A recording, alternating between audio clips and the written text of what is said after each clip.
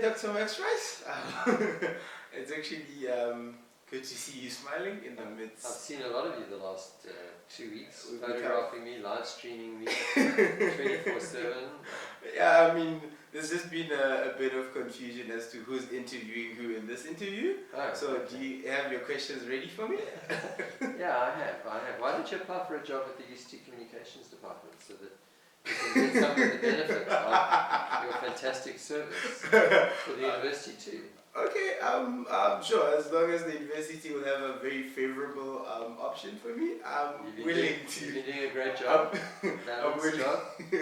So I'm willing to come into the team, and I'll just see how I can balance my schoolwork and communication. Okay. All right, we'll just keep it posted for when you finish your schoolwork, which I hope will be very soon.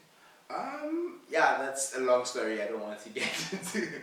But jokes aside, now looking at where we are right now, is there anything you'd like to just share with the general UCT student, not general, like with a UCT student right now who's having a lot of uncertainty about what's happening right now? Yeah. Is there a message of just... I think the message is that first I really feel for everyone with the uncertainty, and it affects my staff, it affects the students. And I want to explain why this uncertainty goes on, why every day we have to issue another notice saying we can only save for tomorrow, only save for tomorrow. And that's because we're trying to find a solution that is a negotiated solution. If we were going to go for a solution which was unilateral, in other words, we decide what we're going to do, we, the university executive, we don't need to, we would either have an option where we say we're going to open the classes, we know we'll need the security for that, we'll bring on security, we'll continue the year as normal. And you know, some other universities have basically done that. It's happening at the moment. We could go for another option that says we're going to close the university. We don't like the security. It's too difficult to learn when there's security around. But we can't learn because there are enough students who wish to disrupt the classes and who wish to disrupt the library for us not to be able to continue. So what's our option? Our option is to close. We could make that decision, and we could have made that 2 or 3 weeks ago, and then there wouldn't be uncertainty. But we've been trying to say we must finish the year this year. We must get back to class. We must get back to class without security. And that means we've got to get back to class with the support of the people who've been leading the student protests. The SRC candidates group in particular, plus the SRC themselves, who we talk to as well and get advice from, plus some of the staff groups who have views on this. And that requires, that's the negotiation. And we never know when that will reach an end point. And unfortunately, we've been through the experience now that we think we've got very close to an end point. This was nearly 2 weeks ago, 10 days ago. People should judge for themselves because they can look at the live stream and they can look at the resolution, the draft resolution, which is on the web, and that shows how close we got. And then it's set back from that. So again, this last weekend, we thought we were making some progress. We didn't want to say to people, go home, come back in a month's time, because we thought then we'll send them home and then they'll come back in a day or two once we've got the agreement. But we haven't yet got an agreement, and we're still trying. And I hope I'll meet them again this afternoon. And I'm really sorry that it stretches out. I will say this, that we have been working with the university deans and other people, and if we can't start, we've lost so much time that we're going to start, we're compromising the academic project if we can't start. Monday would be the very last, and even then special arrangements have to be made. And that means that we have to make a definite decision by the end of this week. So, I think I'm hoping that the definite decision will be, let's open, no security, based on the negotiation. So you're saying by this Friday you're hoping to have an answer that deals with the uncertainty and the anxieties around reopening for the rest of the year, or closing down? Or how we would open. How the process will take place. Okay, cool. You mentioned private security. There's been a lot of questions as to, was it really necessary to have them in the beginning, and if there was a certain thing that triggered management into incorporating private security on campus? Yeah, we don't have any, our ordinary guards are not people who can manage crowds or prevent people from going into buildings, disrupting lectures, etc. We started off with 2 weeks of negotiation and engagement without any security, without any private security. And then we tried to, when that didn't work, and we started classes, we said we're going to start with almost no private security. And the classes were disrupted. So the trigger, and not just the classes, but in particular barricades, which means that even people who just wanted to get around the campus, whether it's on the Jamie Shuttle, or for example to deliver their children to the childcare centre on the top campus, or to come into essential services of work, they couldn't get in. Now, we don't have the capacity to remove barricades. So if we're going to keep the campus open, we have to bring private security in to do that. And unfortunately, depending on, if someone just puts a barricade up, for example, rubbish bins, we can bring in CPS people who don't have any protection or any like body protection to remove the dustbins. But if the barricade is a human barricade, where people, 20 people, doesn't take a lot, sit down in the road, then the only way to open that road is to lift people up and move them. And that then, obviously people don't like being manhandled, they get warned, they get asked first. The security people have GoPros so that the interaction is recorded, that they've warned them, they've said, please move, you're trespassing, if you don't move I'm going to have to move you. But that's what, it was really the barricades, the fact that we couldn't keep the shuttles running. And then we also have had demands from the unions, because one of the strategies of the groups that have been disrupting, and so I'm not putting all protesters into that group, because many protesters are peaceful and don't disrupt other people.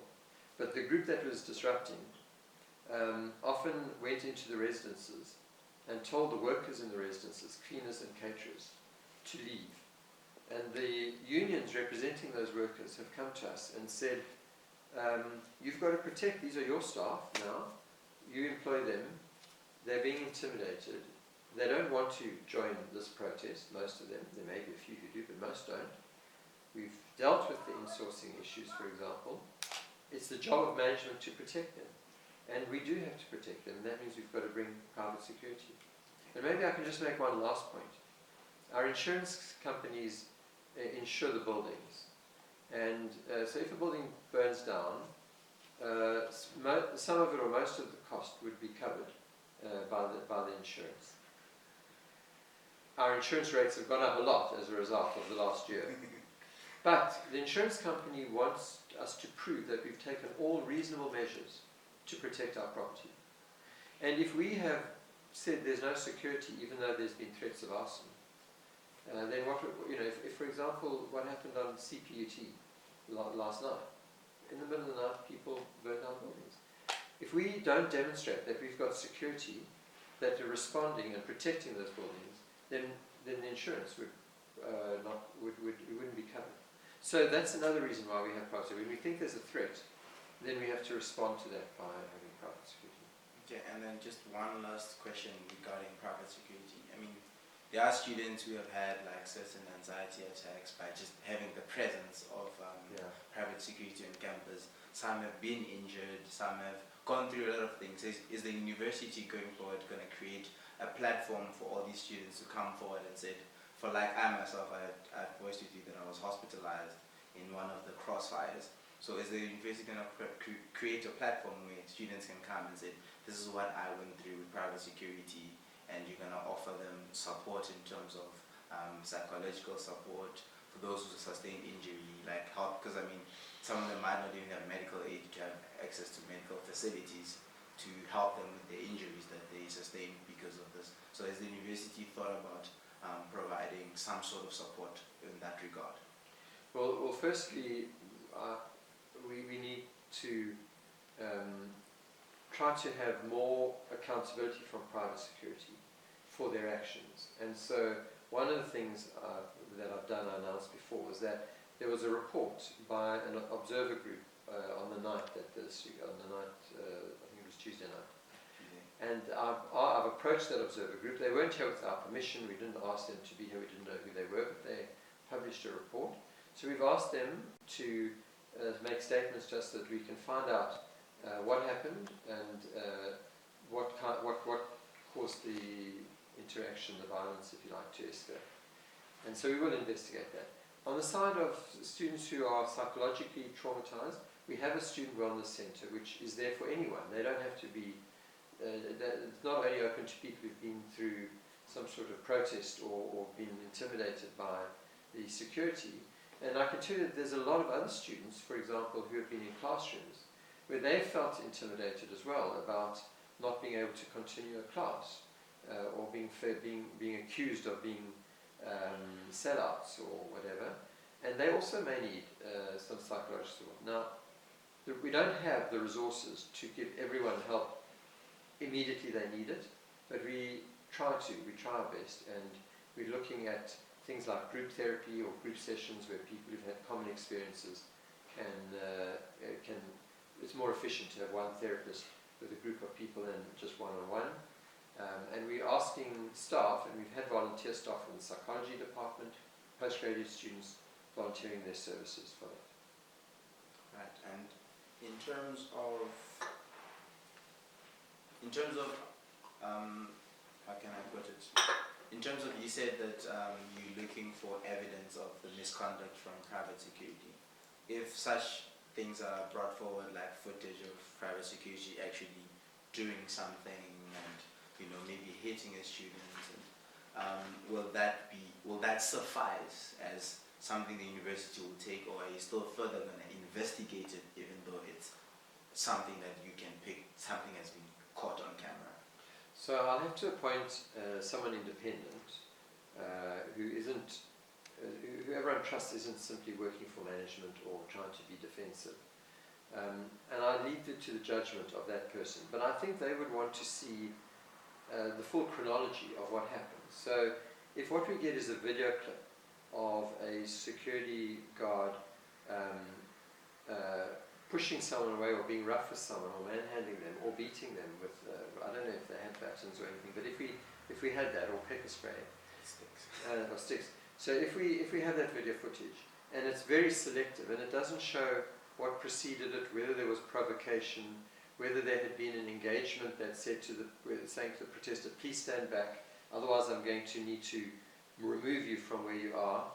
I need to see the whole picture, and I need to leave it to the people doing that investigation to do that. But so one video clip doesn't stand on its own. Okay, cool. Then we'll just exhaust that talk there. And now we're just going to head to what students have interacted in terms of us broadcasting this to them. So one student would like to know, what is holding back from reopening, and are there any compromises that the university or the student group-led protesters are not willing to compromise on, that is keeping us from continuing in school? I don't know if that is clear. Yeah. So this is obviously in a way one-sided, because the students' leaders may have a different view of what's holding up the agreement. But I think that we reached substantial agreement on many of the big issues. For example, there is a call from the students for a TRC, and we've, through the mediation, called it an Institutional Reconciliation and Transformation Commission, and we've agreed to that. In fact, it was a process that started before these protests, and we have continued it, and we have sort of got more clarity on that, but we've agreed to that. The key issue in an IRTC is that the panelists must be, or the commissioners must be credible, and they must be acceptable to both sides. We agreed on a list of such people, and the mediator has already approached some of the people on that list, and I understand that 3 of them have accepted and are ready to start immediately. So one of the concerns from the protesters, from the disrupting group and the Sheffield TRC group, was that this might delay and take a long time to get started, and how would they know that it was actually going to happen?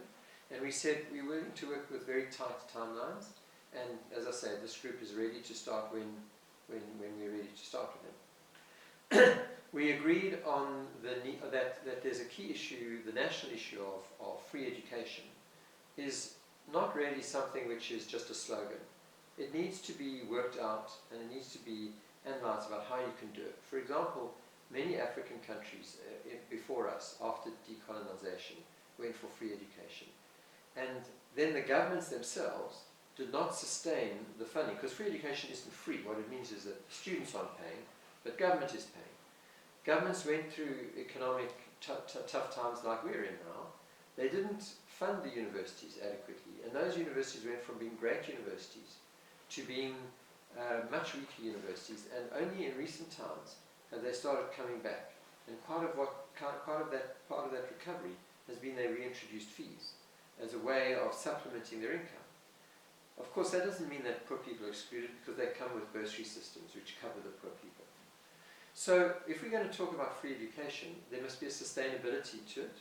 We must understand the opportunity costs. In other words, what are we not going to pay for? If the government pays for higher education for everyone, what are they not going to pay for? You can say they must get more money, but that money could have been used for something else that is even more important. So I think it's an issue, and that we've said we think free higher education is an ideal, it's a goal to strive for, but implementing that and the timeline to get there and the mechanisms is something that we've got intellectual resources at UCT to contribute to, and we've also must include the various stakeholders. So a process of doing that, a task team combined with the School of Economics, combined with representatives from Shackleton TRC, or from Left Students Forum, because they've shown a big interest in this.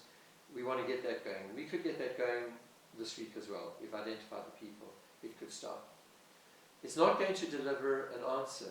If we wait for it to deliver an answer before going back to class, we will have lost a year. So the commitment, where I think we've made great progress, is a commitment to the process and getting it started.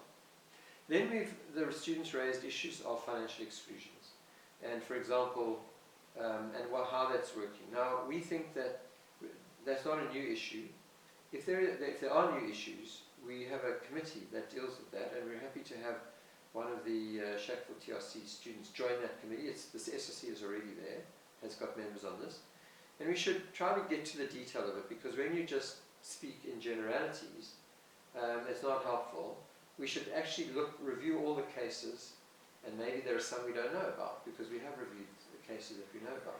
Review the cases and understand what is the reason for example, fees not being paid, and then people are worried that they won't be able to get their results, or they won't be able to pass or graduate. So what is the problem there? And we have a mechanism to start looking at that. And again, that can start immediately. So the key issue, which I think is one of the key issues, probably the key issue, which is deadlock, is about the way that an amnesty for people who have been expelled might work. Now, 5 people have been expelled. 2 of them have appealed, and we're waiting right now for the result of that appeal. But let's just say 5 people expelled. The first point to make is that although people believe differently, I do not have the power to grant an amnesty. Technically, no one has. Our rules are written that the judicial system of the university is separate from the executive system. It's a bit like in the court systems. When there's a tribunal, there's an external advocate who convenes the tribunal, makes a decision, and the executive is required to live with that decision and not to override it, whether the decision goes against the executive or in favor, or against the individual or in favor. So we propose, the second thing is that there's a principle that if someone has been found guilty, let's say for arson, for burning a bus, let's say, and they say, well, I'm not apologetic for that, and actually, if you let me come onto campus, I'll do it again. I'll burn another bus. To give a blanket amnesty without a process that an independent panel talks to the person and says, well, why did you do that? How can you reassure us that you won't do it again? That just doesn't make sense. It flies in the face of all rule of law processes. So our recommendation was that the TRC, IRC, with these judges on the panel, would say to all of us, they'd say to a student that's been expelled, why did you do it? The student might say, well, it was the context of the protest, it was the fact that there was private security, it was that we were provoked, and then they'll probably be asked, would you do it again, or do you recognise that that's overstepping a line of protest? And depending on the answers, the panel would say, we're willing to grant an amnesty. Or they might say, conceivably, we can't grant an amnesty because you're not willing to accept the rules that the whole university community has to live by, even the law of the land. I mean, it's a crime to do certain things. If you're not going to accept that that's a crime, we can't grant an amnesty. So I don't want to make that judgment, and I imagine people wouldn't trust me to make that judgment because I'm on one side.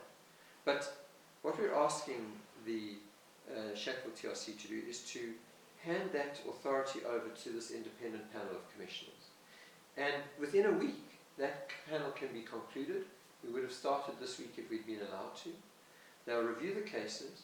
They'll also, no doubt, interrogate us, the university management. They'll say, why did you call in the security police? Was it necessary? Did you provoke? Was it necessary to move the shack or to demand that the shack should be moved if that was the key issue? And we would respond to that. We would be able to explain why we did what we did. And the panel might say in the end, we think that the management acted too hastily, or we think that the police acted too violently. Those things could all be part of the outcome of a TRC, and one of the parts could be the amnesty. Where we've stuck is that the Shackville TRC or is demanding that that amnesty should be given in a blanket way before interrogating all those things, and without conditions and without now. I don't, so that's what that for me is the main thing. So I think we've made huge progress in all the other areas, and we're actually agreed on most of them as far as I know. It has also been frustrating that new demands often get added while we're talking. People will have seen these on the live streaming, they'll have seen them, so these are not secrets that I'm revealing, but every now and then demands around workers and insourcing comes into this. And different campuses have had their issues. That hasn't entered into our negotiations, but they've been able to resolve most of those issues. The frustrating part has been when it seems to us the goalposts move.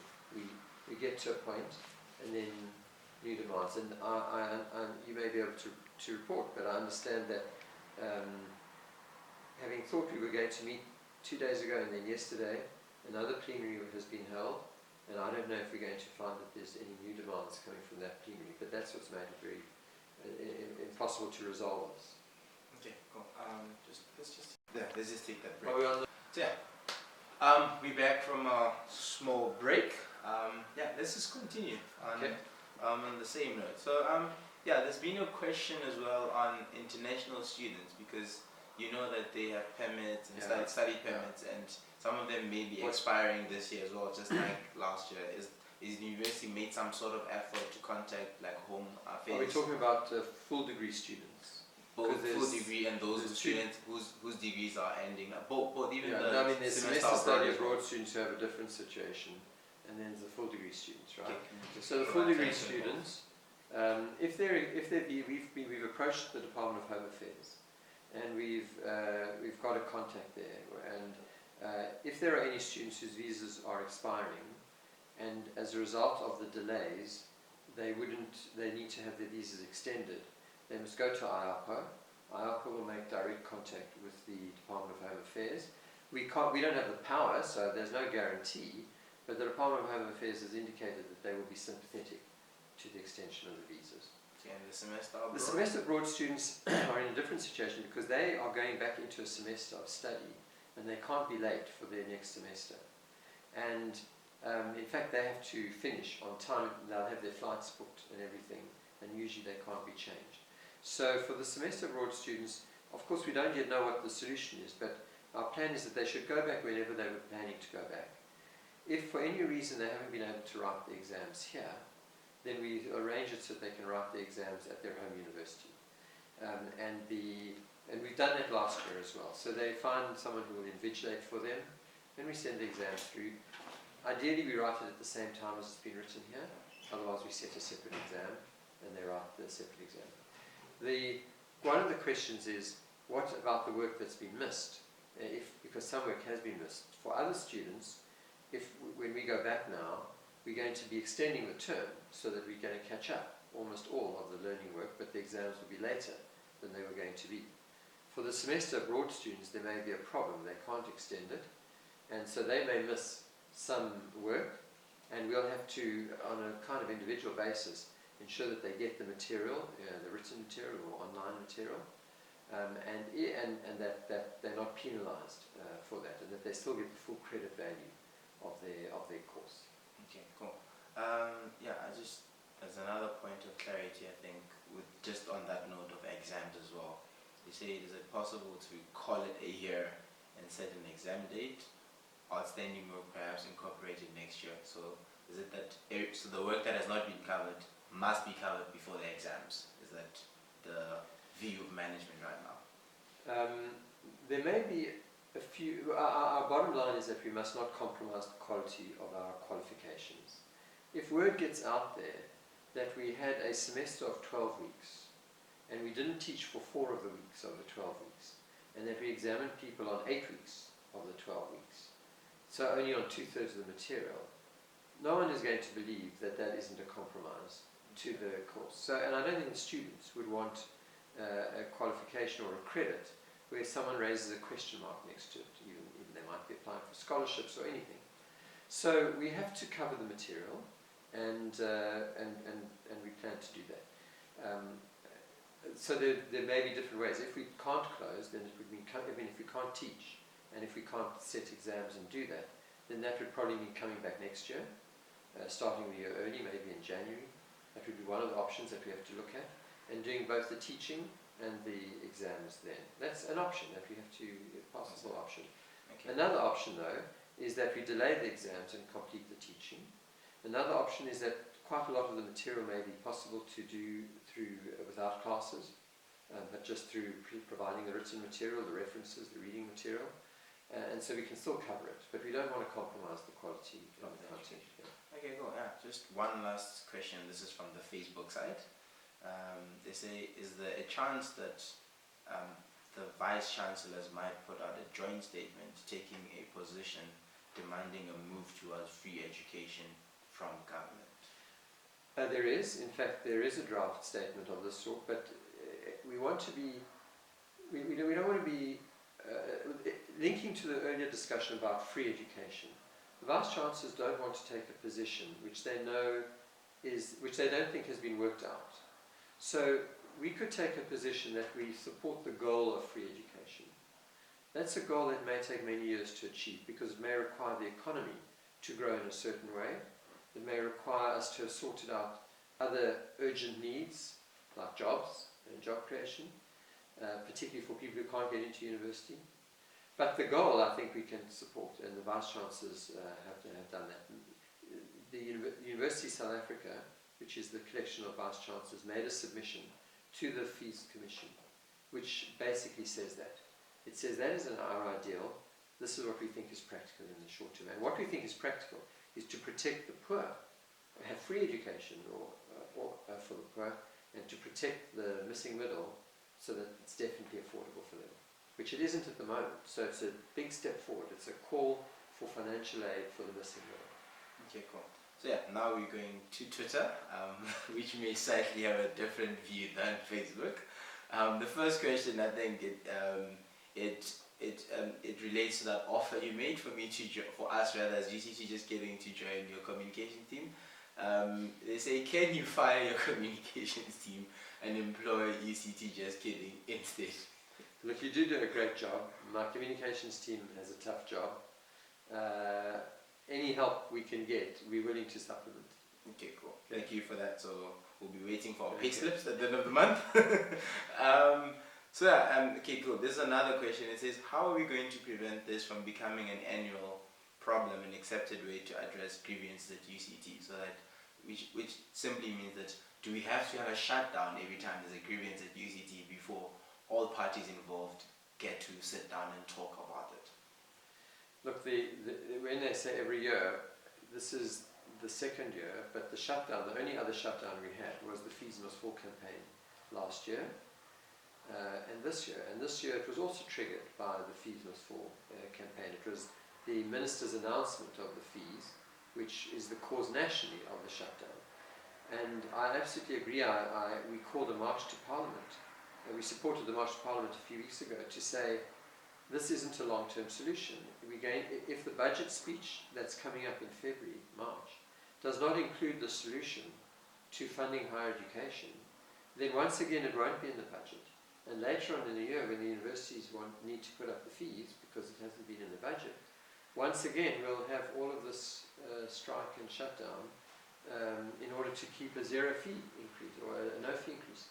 So the solution not to have this happening every year is to address the policy issue of funding higher education, and especially to create a financial aid scheme that supports the missing middle, because the NSFAS students are basically covered. The rich students can cover themselves, they're not shutting it down. It's the missing middle students that are left in the middle.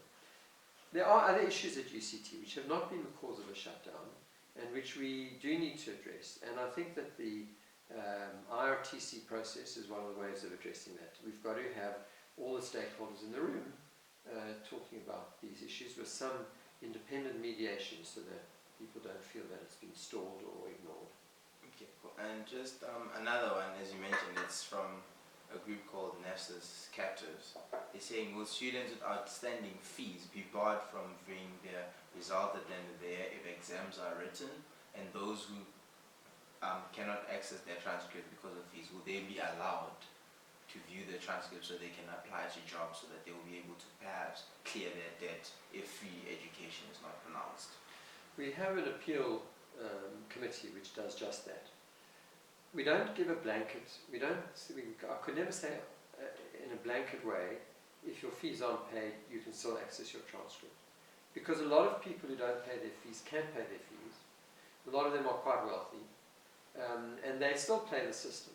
And there needs to be an incentive there, and the only incentive we have is that you don't get your results if you haven't paid your fees. But students who are on financial aid or in the missing middle are treated separately, because we know that there, for them, quite often it's about affordability. And so the appeal committee looks at it, and it looks at the individual cases, looks at the family income, looks at whether they made some effort to pay the fees during the year. So if you had to pay 10,000 and you paid 8,000 and you're short of 2, the committee would usually say, sure, you can have your results and you'll pay us the 2 when you get it. And so it's a very much case-by-case basis. The students are represented on that committee, and the decisions are almost always unanimous, I would say. There's no difference between the SSC reps on those committees and the outcome, but there's a mechanism to help students. Okay, cool. And then in just going forward, there has been a question about the transparency from the university in terms of the processes that are happening. Like, for instance, students don't receive communication, like the live stream is happening, that they can follow it, as you've been mentioning it. So will that be taken into consideration going forward, especially with the next upcoming meeting, that the university will communicate it to students and relevant stakeholders? Look, we are having this meeting, please follow it so that you know that this is what is happening from our side to try and resolve.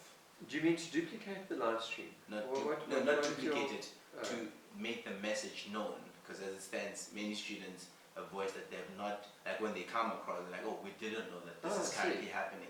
So like, in terms, that's the communication issue. Advertise yourselves better. Look, I mean, don't think we can be accused of not being transparent, because, as you say, everything is live streamed, so there's nothing secret. I think that I would have hoped that the social networking and media students would know about it. The problem with announcing a time, you've had this experience yourself, is that we think we're going to start at 2 o'clock, and then it's cancelled, or the group doesn't arrive, or it starts at 3 or at 4.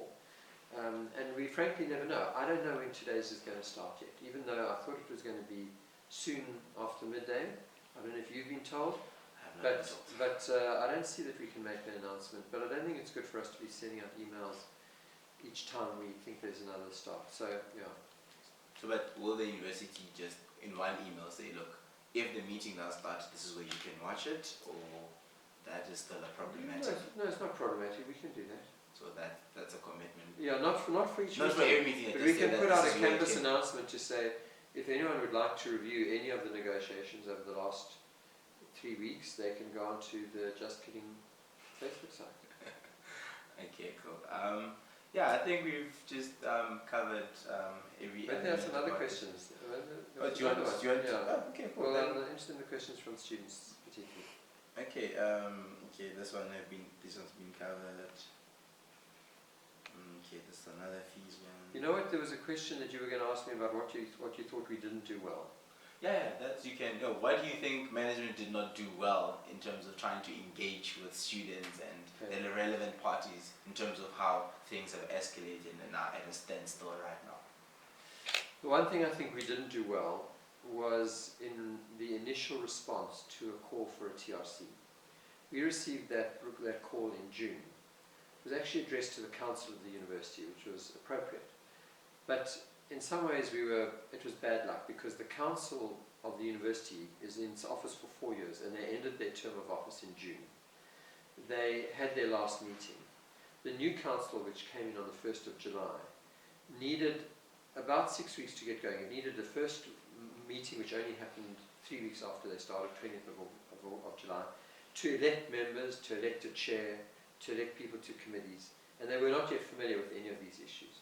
At the next meeting, we presented the call for the TRC, and it was agreed that I would approach a write back to the members, which I did very shortly after that. And that was long before the protest started, but there was a gap of about 2 months, 2 to 2.5 months, when we could have started earlier. And I regret that it was also holidays, so many students were away, many staff were away. So there were a number of things that came together. But the one thing that I feel we could have handled and should have handled better was to respond more quickly to that call. Okay. Alright, okay, cool. And just another... And the other thing perhaps is that we've discovered this sort of anomaly in our SRC electoral rules. So our rules say that you can stand for the SRC election as long as you don't have a conviction against you in the student disciplinary procedure. You don't have a finding or a penalty. But there are other rules that allow someone to be suspended or interdicted while that disciplinary process is being heard. So I'll give you another example which has nothing to do with this, so I don't want people to draw an analogy, but our rules say that if someone is alleged to have raped someone, we can suspend the alleged rapist, but they're not convicted for rape, of course, until they've had a disciplinary tribunal. Now, conceivably, someone like that could apply to be an SRC candidate in an election, and they would be, in terms of our rules, allowed to stand because they haven't got a conviction. But because of the suspension, they're not allowed to campaign. And so you have this odd situation where someone is a candidate who can't campaign on campus. And the SRC the Electoral Commission, we don't think this has ever happened before, but it got stuck on one of the candidates. And that's why the election, they said they wanted to suspend the election because they didn't think it could be free. In fact, we thought there may be other ways of doing it, but the commission is, again, independent of the executive. They made the decision. And so this escalated because of a conflation of two really quite separate things. One was the set of disciplinary processes, and one was the SRC election. And now, the people who are leading the process are the SRC candidates who were in that suspended election. Okay. I've just got a very, very burning question. You touched on the issue of rape. And it has been felt for quite a long time that the university has not done enough for rape victims and in terms of giving them justice. So has there been any sort of committee that has been set up to actually try and deal with it, that when a student reports that I have been harassed in such a way, that the university has a proactive way to try and deal with it as quick as possible, so that you can avoid a situation where a student who was raped by maybe a classmate or a typemate or a resmate has to encounter that person for quite an extended period of time before it is dealt with? Yeah. We have, in response to that, towards the end of last year and early this year, we set up a sexual assault response team. It's headed by Professor Sinagugu Duma, who is in the field of nursing and is also an expert in this area. The team has reviewed the policies, and one of the most important things it does is to publicize how many cases have been reported, rape or assault or harassment, and what's been done about it, and how quickly it's been done. and what the sentence was, if there was a sentence. And there have now been does that quarterly, every 3 months. There have now been 2 reports already, they're on the website. So people can go and see exactly how many cases, how long is it taking, so that they don't make accusations because they know of one case where there was a delay. There can be delays. Sometimes it takes longer to get evidence, or for some other reason. And they've also reviewed what can be done in the meantime. So we issue no contact orders. We can't necessarily suspend someone and then they lose their whole year of study. In the end of the day, they may be found innocent. We can't presume that they're guilty and have the sentence of losing a semester while that happens. But we can have things like no contact orders. We have sometimes moved an alleged rapist or assaulter from one residence to another residence, so that they won't be in the same residence temporarily while that case is being heard. In the case of people in class, it's harder, but we do have a no contact order which says you're not allowed to come within 10 meters of so-and-so, you're not allowed to speak to them, you're not allowed to tweet or anything about them. So those things are being done and have been done. And if anyone has a concern, they should either go to the sexual assault response team, the hotline is on the web, or yeah. Okay, cool. I think this will be, I don't know if it's going to open a panel again for another conversation, but my burning question as well is that because the university is in a state of crisis right now in terms of continuation and everything, is there nothing in the university constitution that can allow certain processes to run faster? Like you mentioned, that the council could not convene on time and stuff like that. Is there anything that allows that for you to say, look, this is our burning issue, how fast can all the members come to campus so we can meet and try to resolve this issue with the executives, with all the relevant stakeholders? Is there no clause in that such meetings can be called in a state of urgency? Like, look, we need to resolve these things, this is what's burning on our campus and we need to resolve it as quick as possible. Can we suspend other things and we just attend to this, so that, because the continuation of our campus relies on these issues? Well, that is what we've done. I mean, we've suspended the functioning of the university while we're focusing on this issue. I don't think that the reason we haven't made progress is because the council hasn't been wanting to meet or anything like that. And yes, I can either call the executive of the council, which is a smaller group, or the whole council, and in fact we have called the whole council to meet this week again. And we called a special meeting of Senate, or was held yesterday. So we don't wait for the regular meetings. I think when you're referring to the handover from the one council to the other council, I mean, that's something that only happens once in 4 years. But at that time, we didn't perceive a crisis. It was the vacation, it was middle of the vacation. There wasn't a sense that if we didn't respond to this within a week or two, that's really, in retrospect, when you ask me to look back and say, what could have been done differently, that's one thing that I think could have been done differently. Okay. I think we've shared everything to you. Cool. Yeah, so I think we thank everyone for viewing this video, and maybe it was a lengthy discussion, so we thank you for staying with us right until the end. And Dr. Price has to run, as you can see. He's in a crisis mode. Cool. Thank you. We'll keep you updated. Cool. Thank you, Dr. Price. I think we've shared everything to you. Cool. Yeah, so I think we thank everyone for viewing this video, and maybe it was a lengthy discussion, so we thank you for staying with us right until the end. And Dr. Price has to run, as you can see.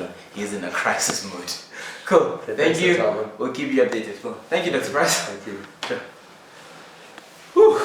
Okay. Does it? Yeah, we'll go actually get on it right away. Okay. The only thing that will disrupt us is if the meeting is then called, but then if the meeting is not called. But Akwel as well has somewhere to go at 2. Yeah. So I'll go get on it myself and try doing it, and then hopefully by 3 p.m. I can send